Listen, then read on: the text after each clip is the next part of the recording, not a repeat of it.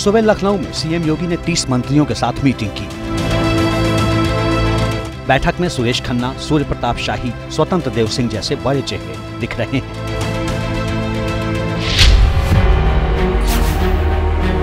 इस मीटिंग को लेकर लखनऊ से दिल्ली तक हलचल मच गई। एबीपी न्यूज को जो जानकारी मिली है उसके मुताबिक विधानसभा उपचुनाव की तैयारी के सिलसिले में योगी ने मंत्रियों के साथ मंत्रणा की है।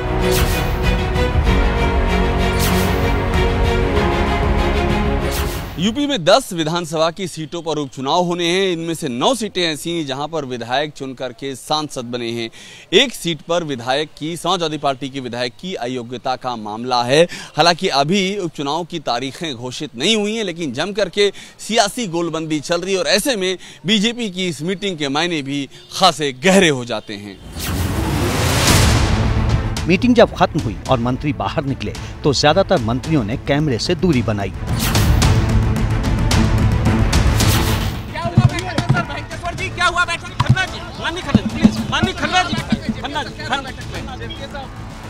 तो ये एक के बाद एक मंत्री आ रहे हैं, मीडिया के सवालों से बच रहे हैं। लेकिन मंत्री स्वतंत्र देव सिंह ने एबीपी न्यूज से बातचीत की और बैठक का एजेंडा सामने रखा।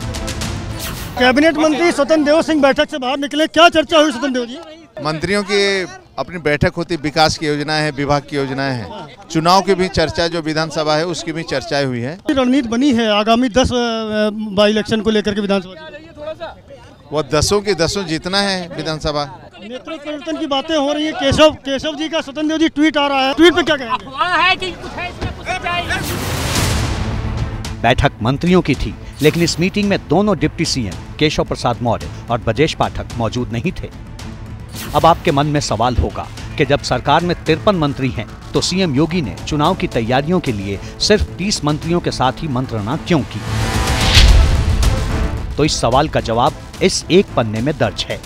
इसमें उपचुनाव की सभी 10 सीटों के नाम हैं और उनके सामने उन मंत्रियों के नाम लिखे गए हैं जिन्हें चुनाव के लिए सीएम ने प्रभारी बनाया है।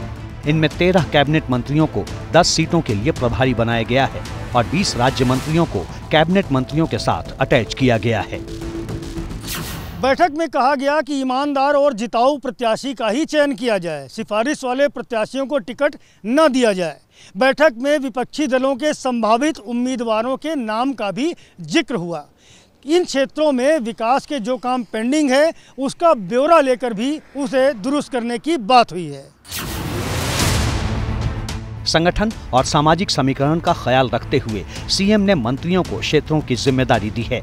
इसीलिए आज की बैठक में उपचुनाव की जिम्मेदारी वाले 30 मंत्री मौजूद थे। बैठक में शामिल निषाद पार्टी के प्रमुख और यूपी के मंत्री संजय निषाद से हमारे रिपोर्टर अभिषेक उपाध्याय ने बात की। इस समय बहुत चर्चा में हैं, अभी दिल्ली में गए हैं, नड्डा जी से मिलकर के आए हैं। देखिए, हमारे हिसाब से तो आज के दिन में बाकी बातें केशव जी से पूछना चाहिए, हमारी बातें हमसे पूछी जाए और हम बताएं आपसे कि आज के दिन में 10 सीटें प्राथमिकता हम लोगों की है। इसमें आपका हिस्सा कितना है? हमारे तो पहले से भी देखिए, भारतीय जनता पार्टी की परंपरा रही है अब तक का कि जो जिस पार्टी का होता है उस पार्टी को चुनाव लड़ती है। हम लोग अलग अलग नहीं, एनडीए मिलकर लड़ती है। आपको कितनी सीटें चाहिए 10 में से? ना, हमारी सीटें जो पहले से मिली हुई है वही सीटें हम लड़ेंगे और पर भी हम लोग साथ रहेंगे। लोकसभा चुनाव में मिली हार और उस हार के बाद चल रही सियासी उठापटक के बीच सीएम योगी ने उपचुनाव को काफी गंभीरता से लिया है। इसीलिए अपने 30 मंत्रियों को तैयारियों में झोंक दिया है। जिन 10 सीटों पर यूपी में उपचुनाव हैं, उनमें से 5 समाजवादी पार्टी की हैं, 5 एनडीए के हिस्से की और उसमें से 3 बीजेपी की है।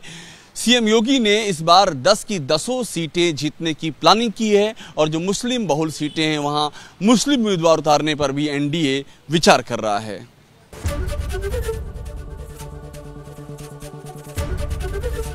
एबीपी गंगा, खबर आपकी, जुबान आपकी।